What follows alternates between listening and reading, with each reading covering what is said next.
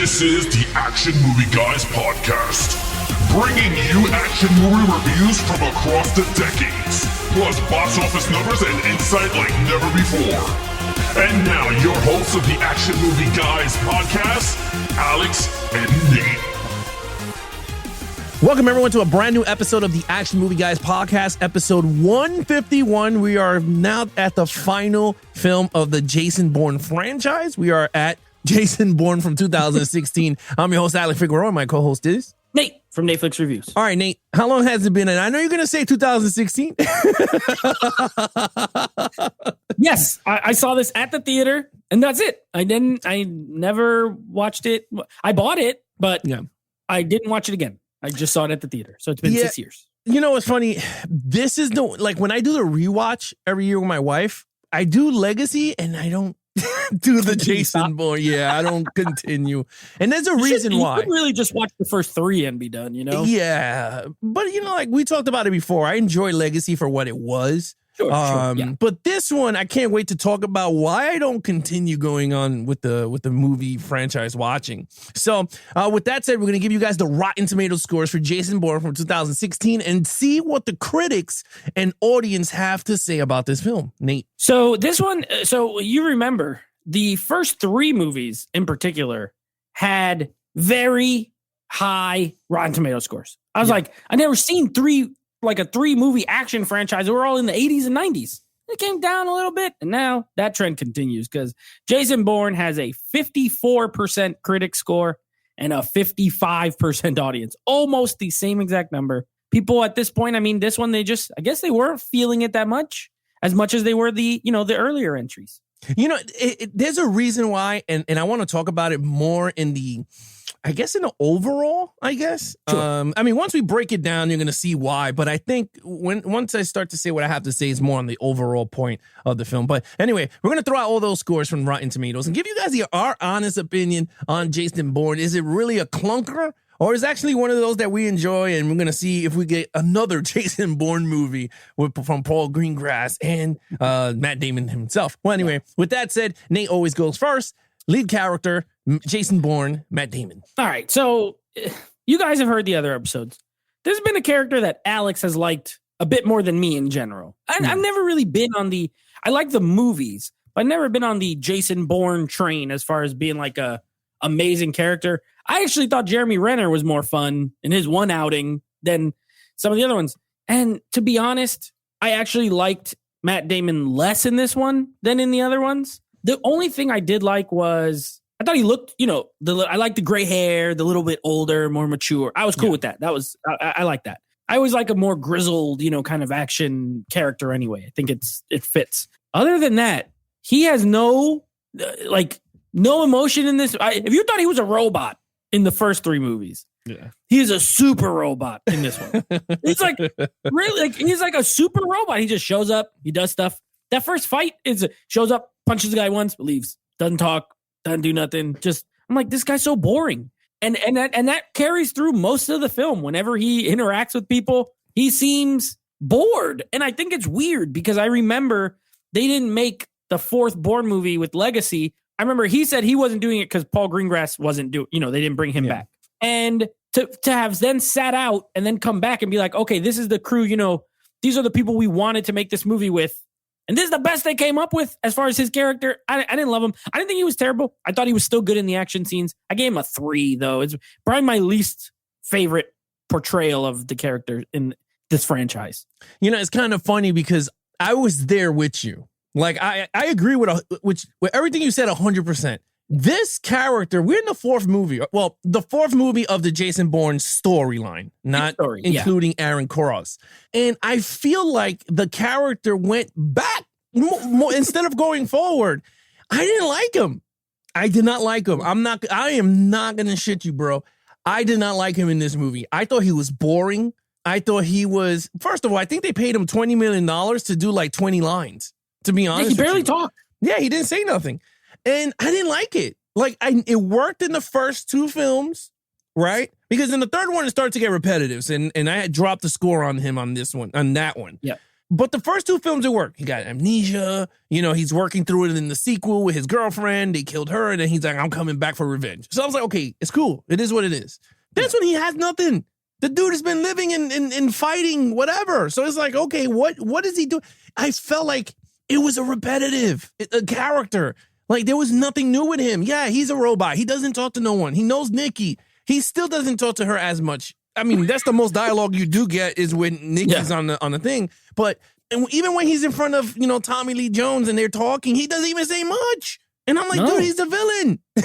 You're not saying nothing. I didn't like it. I don't like the amnesia shit. I'm like, why are we going back with the same? He's supposed to have conquered it.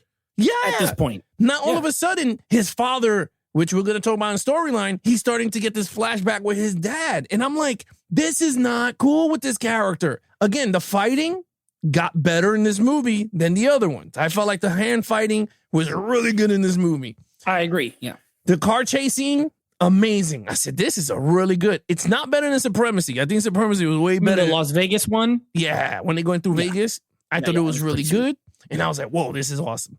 And they did the motorcycle scene in, I think, Spain or something like that. Greece? I think it was Greece. Greece. Yeah. Okay. It was Greece. I thought that was cool. So I said, all right. But I gave it a 3.5, mostly for the action sequences because they got better than the other movies. Not better than Supremacy, but I think it got better there. Yeah. But again, I gave it a 3.5. You gave him a flat 3. I'm very surprised. I thought you were going to go up, but you gave him a good. I mean, 3 is He's good. worse. So yeah. No, 3's not bad. He's not bad. It's just he's less good. And I think I gave him 4 in the other one. I was like, I can't give him a 4 again. It's not as good. Yeah, no, I agree. Okay, let's go with main villain. Now, again, this is another Jason Bourne movie. I don't know where Nate wants to go. Tommy Lee Jones is kind of the more villainy in this one, but it's still good. We're going to score it. I feel like we've scored these pretty similarly. There's guys in a room, and then there's like henchmen. I'm just going to combine them because I feel like we've been combining them, right? Yeah. Like first movie was Chris Cooper and like 3 henchmen. Second movie was David Strathern and Carl Urban. Yeah. And then the third movie, it's always the same thing. Third movie was Edgar Ramirez. This movie, actually, you know what? One of the better things to me in this movie was the villains, personally. Number 1, I love Tommy Lee Jones. I mean, who doesn't? He is like just watching Tommy Lee Jones in a movie. It feels right. It's American. You know what I mean? And he does his Tommy Lee Jones thing. He has that same kind of Southern drawl delivery, whatever. But he's cool. But Vincent Cassel, he plays the asset. That's just what they call him. He doesn't even have a name. It, literally, if you look in the credits, it just says the asset. And he's played by Vincent Cassel, who's a French actor, he's a really good actor. And I liked him in this. He was a good adversary. He shoots Nikki. You know what I mean? She, by the way, Nikki, Julia Stiles, the only other character besides Jason Bourne who's in all four of the Bourne movies, not the Legacy. So, kills her. I guess they were kind of friends. You know what I mean? Like she was looking out for him by giving him the information at the beginning. And then they have a good hand-to-hand fight at the end. He killed his dad. It's a little more personal with him than it's been with any of the other like henchmen. He has a vendetta. He got a beef. I actually liked it. It's still not a perfect, to me, it's too, and it's a bunch of guys in a room. But I did give it a 4. I thought the villains here were actually strong, in my opinion. Everything you said is great. For me, it's the same. I didn't get nothing new. I mean, it's the same asset. Again, another program has been activated to get Jason. I was like, I don't know if you felt this watching the movie, but weren't you going like, is this deja vu? Like he was doing nothing, right? Yep. Nikki's the one that uploaded the files, and all of a sudden it's like Jason Bourne is. She ruined his life. She did. Yeah, he was just out there being a bare knuckle boxer, and she ruined his life by having to go and leak this information and all this stuff. And I'm like, I feel like this is like another deja vu type of story. Again, Tommy Lee Jones, great actor. Personally, I felt like he didn't fit in this franchise. It's like, to me, it was like the Anthony Hopkins in Transformers. Like, how the hell did that work? You know what I mean?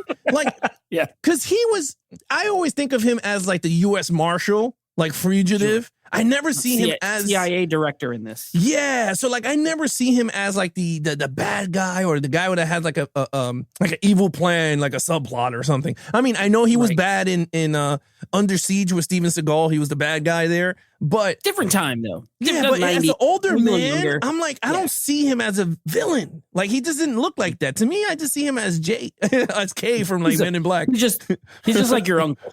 Yeah, Tommy Lee Jones, like your Uncle Tommy. Yeah, like you invite him to a barbecue. And I was like, it doesn't work. It didn't work for me in this movie. I mean, he was great. He did push along. To me, the best person was the guy from that William Stryker, whatever his name was. Brian Cox. Yeah, he was the best one. I mean, he was in two. He was in Supremacy and I think in Ultimatum, I believe. In the first one? No, Identity. Oh, in the first one, yeah. Identity and Supremacy. I thought he was the best one, hands down. He fit the role. You were like, man, he was believable. Tommy Lee Jones felt like they just threw him there because of the star power. Mm-hmm. But anyway, the guy that you're talking, the French actor dude, I liked him in the Oceans movie because he was the other dude that they were trying to get, the other thief that was trying to get Danny Ocean. 12, right? Yeah, 12 and 13. 12? Yeah. So I liked him. He was good. He did fit as an asset. And one thing you did alluded in the other reviews were that things that the Bournes do very well, their assets are very good actors. Every time. Yeah. Every time. It's like, at least one of them is like, oh, shoot, I know that guy from other stuff. And they're just like an asset in this movie. Yeah, like pretty nameless much. guys. Yeah, no. I thought it was really good. The chick that played Lara Croft, I don't know her name. Alicia Vikander. So she's in this movie. I thought she was good, but another didn't feel like she should belong in the Bourne movie. That was just me. I agree. There was no Pam Landy from. Yeah. No Joan Allen. Joan Allen was way better. She fit. Way better. Yeah, she fit the role. I felt like young. That's what it was. I was like, this is not believable. I was like, Jason Bourne is in his 50s compared to this chick. She's 25 and she's like the top of the CIA already. Yeah, she was like, I know how to bring him in. I'm like, lady, you just read his files that said all you have to do to bring him in is he's a patriot at heart or whatever. But anyway, I gave it a 3.5. Another 3.5. I felt like the villains, it was just lukewarm for me, but they were good enough to entertain me throughout the movie. But all right, action sequence. Well, action's pretty good. This is not a fault of the movie at all. All the Bourne movies to this point, I think Legacy had okay action, but just didn't have a lot. This one has more than that. This one is more on par with the first three movies as far as quantity of action. The difference is, whereas and remember when we were reviewing them, well, in my opinion, even when they're talking and stuff, it seems like action. It was so fast paced. This one has a slower pace to it, which is weird. And they start to ramp it, like as the movie's going along, they try to do the thing where like the music is playing a little more intense. But there's like these scenes with the guy with the cloud, the dream, whatever. And it's like, what is this? I don't care about this. And I get it. It's supposed to all tie to the master plan. But every time he comes on screen, the whole movie like stops. It like comes to a halt. And Jason Bourne's not in it like he's in it, but he's not in it as much as you would think with the movie being called Jason Bourne. You know what I mean? He's in it way more. Identity, Supremacy. He's in like every single scene.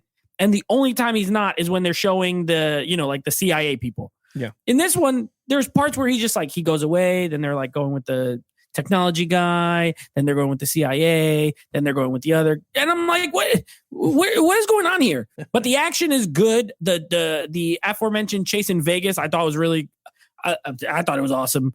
And I like the chase in Grease on the motorcycle. I like when he's going up the stairs and the camera works really good in this. It is still Paul Greengrass with like the handheld, but I thought it was a little better. I think things were a little clearer. You know what I mean? Maybe newer cameras, because this movie was, it's quite a bit after the last time he did one. His the camera work was good. I like the scene I was saying with the motorcycle. You could tell they had someone on a motorcycle behind them with a camera going up too. It was awesome. And the hand-to-hand fights are a little bit more easier to understand, I guess, for lack of a better term. It's shaking, but not as much. And the takes there's less cuts. You could actually see Matt Damon fighting. So I liked it. I gave it a 4. I thought it was very strong action. All right. So when it comes to the action, I thought that was the strongest point of the film. The action sequence. You got a seasoned Jason Bourne. So his fighting, I mean, it's the same fighting, but it's just more rugged. Like, because he's been living in the streets and you could tell he hasn't been practicing. So he's just been more like a brawler style more than his finesse in the first two films. Yeah. So I liked it. I thought that worked for me. That brutality of Jason Bourne. Like when he just punches that dude once, I was like, this is awesome. I liked it. It reminded me of like a Batman movie, right? Like Bruce Wayne just walked up to someone and just punched him because he knew where to punch him. I thought it was cool. I was like, all right, you know what? The movie started off good. I do like the chase with the I agree with you. The motorcycle scene was awesome. The car chase scene with the Dodge Charger against the SWAT team truck going through the whole Vegas and destroying it. I thought that was really cool. I didn't like the assassination attempt in Vegas. I thought that was just a little far-fetched for me. Yeah. Didn't work. I feel like I've seen that scene a lot of other times in movies too. Yeah. Like a similar one. Yeah, it just didn't. It was too far-fetched. It was like Jason Bourne, he's loose, but you have like all these dudes, like they didn't surround the entire event with cops. It was just like, okay, we're going to let Jason Bourne just walk in because it just didn't work for me. Anyway, I gave it a 5 because honestly, I think this is out of all the Bourne movies. I know Supremacy was really good, but I think the camera work in this movie and the quality of the action, beats out the first 3 movies. The stunts, I think Supremacy had way better stunts than this movie, but I think the execution of this one felt very Jason Bourne in a cinematic world. You know what I mean? Yeah. It worked for me. I can see that. Yeah, and I felt like Greengrass elevated his camera work. Like he was rugged in the beginning, but now he's like, I guess, a seasoned director. So I guess he figured out how to shoot action sequences. That could be me. I don't know. I could be wrong. But I thought it worked. I gave it a 5. You gave it a 4.5? Yeah, a 4. Okay, you gave it a 4. All right, let's get to storyline. Okay, so I don't think anything in this movie is really abysmal. It's just that at this point, you got to think if you're going to bring back these characters and this director and all that, like there should have been a better story than this to tell, in my opinion. One thing is that I'm okay with was they did try to modernize it a little bit with the whole technology angle, when this was made 2016. Now, by the way, this movie is set in 2016. All 3 of the first movies are set in, Supremacy and Ultimatum are both set in 2004. So this is supposed to be 12 years later. So even though Supremacy came out in 2008 or something like that, 2007, it was still 2004 in the movie. So this is supposed to be 12 years later. This is like actually set when it's filmed. So I that's okay. I'm cool with that. But it's just that it was too boring. Like it could have been explained better. I like Riz Ahmed as an actor, the guy, the technology guy. Like I like him as an actor. But I didn't really like him in this. Alicia Vikander's character, I didn't care for. I get that her role is like the head of like what is it called? Like not piracy, but she's a technology person. She makes sure there's cybersecurity, stuff like that. Yeah. All that's relevant, but it's fine. But the way the story kicks off, I think it didn't need to be told. Like Jason Bourne was living his life. He was out there chilling. He doesn't have amnesia anymore. He did what he wanted to do in those first 3 movies. And freaking Nikki got to come along and leak the information. And she sees a stupid thing that says his dad. And all of a sudden she got to tell him. I got to tell him his dad helped start Treadstone. And, it just seemed like a really flimsy way to bring back Jason Bourne, in my opinion. So I think the storyline I don't think it's bad. I think it fits. Like you said, you said it's kind of deja vu-y. And yeah, it feels like a Bourne movie, but also in some of the bad ways too. Like they didn't really do anything cool and new. You introduced like a cool sci-fi angle in Legacy with the chemicals and the super soldier and all this, and I remember like this Jeremy Renner was supposed to be in this, but it had a scheduling conflict. And then they ended up just kind of writing him out. And I thought it would have been cool if he popped up. Yeah. Honestly, it might have helped infuse a little life. But as it is, I think give it a 3. It's fine. I don't hate it, but it's a little like it could have been shaved like 15 minutes. This is not it's 2 hours, but it's not 2 hours worth of good story. So it's a 3. It's kind of weak. I'm there with you. I gave this a 3. It was a good story, but I think I could have wrote a better story, to be honest with you. But honestly, this is a movie that should have never been done. Even when you finish watching it, you're going, there is no end goal here because it ends with another story to tell. It's not like it concluded. It ends the way the last one ended. Yeah. going off into the sunset. Yeah, and I didn't like that. I'm going to be honest with you. I didn't like that at all. I was like, they should have just concluded, because we all know they're not making another Jason Bourne. This flopped in the theater, I believe, from what I remember. I mean, worldwide, it made $415 million, but it was expected to make more, and the reviews weren't great. So I don't think they're going to make another. Yeah, they're not going to make another one unless they do unless they do Aaron Cross with Jason Bourne. That's the only way I could see people going to the theater to watch this. But that's not going to work, because, I mean, Jeremy is getting older. So, I mean, by the time you guys decide to do a sequel, these two are going to be in their 70s. So doubles. Yeah. Old school with the same haircut, but they look different. You got to shoot them from far away. Oh, like Arnold? Like in True Lies? Yeah, like Arnold in T2. Yeah, True Lies when he's on the horse. Yeah. But honestly, like the storyline for me did not work. I felt like it was a very deja vu. Like I was watching the same thing, but a modern version of it. It didn't feel new and fresh. Yes, they added the dad, but personally for me, that could have been told in another story. You know what would have been awesome? And this is how I would have tied it up if I was a writer. In Legacy, Jeremy Renner's character, I call him Ratner. I was Renner. Renner. Yeah, Jeremy Renner's character, Aaron Cross, comes through a computer and find Richard Webb's name under Treadstone. And he's like, then you link everything. And you go, oh my God, is he going to be in the next movie? And then you link it, right? Him running, and then he's the one that Nikki comes up with. You know, you have the file. Aaron Cross gives it to him, to her, and then there you go. But I don't like the whole cyber thing. I feel like I believe any movie from 2016 on up a bit was all cyber related. Somewhere, somehow, it's a cyber related. I would say even before, maybe like 2014 and on, it was all about AI and cyber and social networking and you know, spying. It was all that stuff. Yeah, it was like a cyber attack, because Bourne does not fit the cyber world of attack. He's more of he's a spy guy. So for me, it didn't work. I'm going to be flat out honest. It did not work for me. Jason Bourne is old school, fake passports, currency from other countries. You know, he's not a technology guy. I agree. Right. You know, this movie should have introduced, I know it would have been like more Mission Impossible, but it should have introduced him disguising himself. It would have been pretty cool. Because honestly, modern technology of 2016, there's no way my man's going to get to New York if he's wanted. You understand what I mean? So it didn't work for me in that sense. I know she greenlighted him and whatever. And I'm like, come on, man. I'm like, you're the only one that sees this. I'm like, every other agency is after Jason Bourne. Only you could change the coding on this. Yeah. So for me, that stuff did not work much. I gave it a 3 though. It was a good story, and I'm going to be really flat out. I'll say it in overall. Let's get to overall. You gave it a 3. I gave it a 3. Overall, Nate. I guess stick with my same number. It's a 3. I can't give it below that because I don't think it's bad. You know, 6 out of 10. It's like solid. But this is coming from a franchise where the other movies have been like really good. You know, the first 3 movies are really good. And then Legacy's cool. It's not my favorite, but it's cool. This one just feels unnecessary. There's nothing worse than getting to the part of the franchise where you're at the unnecessary point. And this is it. This is, you know, this didn't need to exist. It does exist and it's not bad, you know, but it's fairly pointless. I think the ending is, like you said, it's the same ending that they had 3 other times. You know what really would have been cool? If he actually did rejoin the CIA. That would have been cool. Awesome. Yeah. You know what I mean? And now you could tell other stories where he is in the CIA and he's actually doing missions.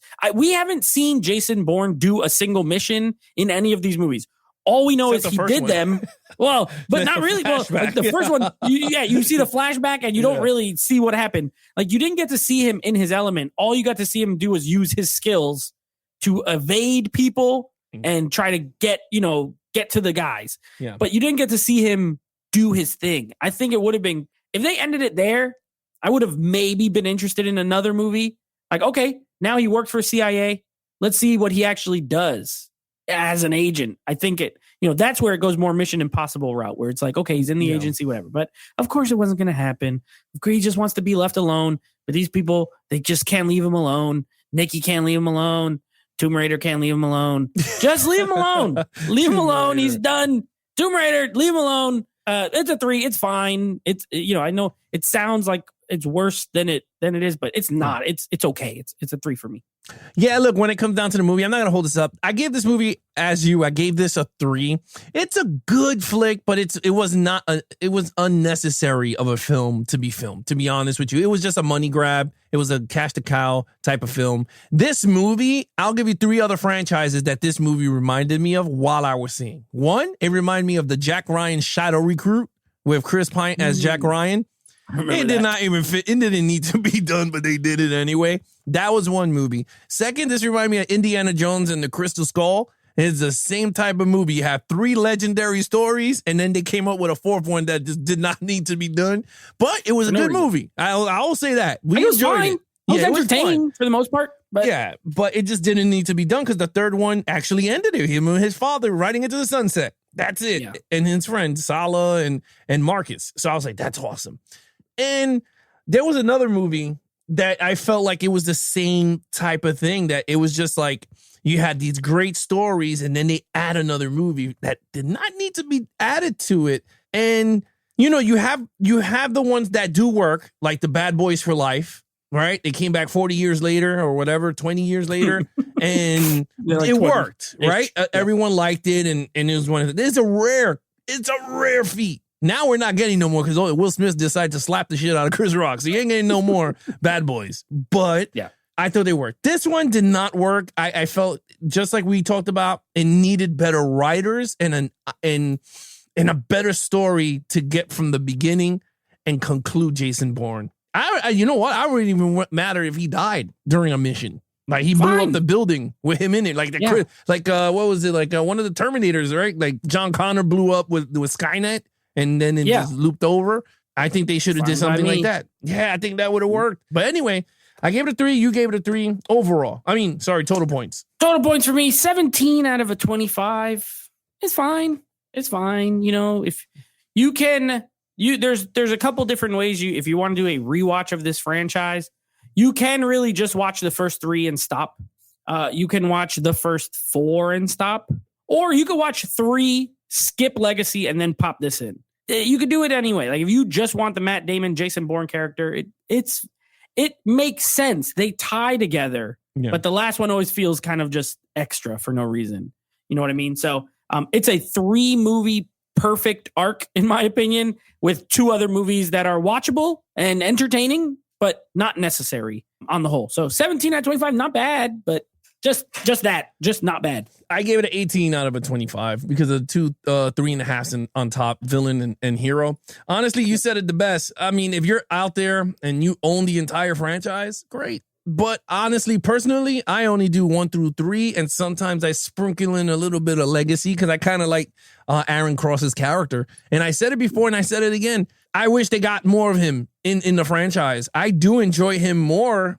Now watching Jason Bourne, I enjoy him more than Jason Bourne. Not prime Jason Bourne, though. But I think Legacy was better than this now that I've watched them back to back. Yeah. I think so. Legacy is a way better movie.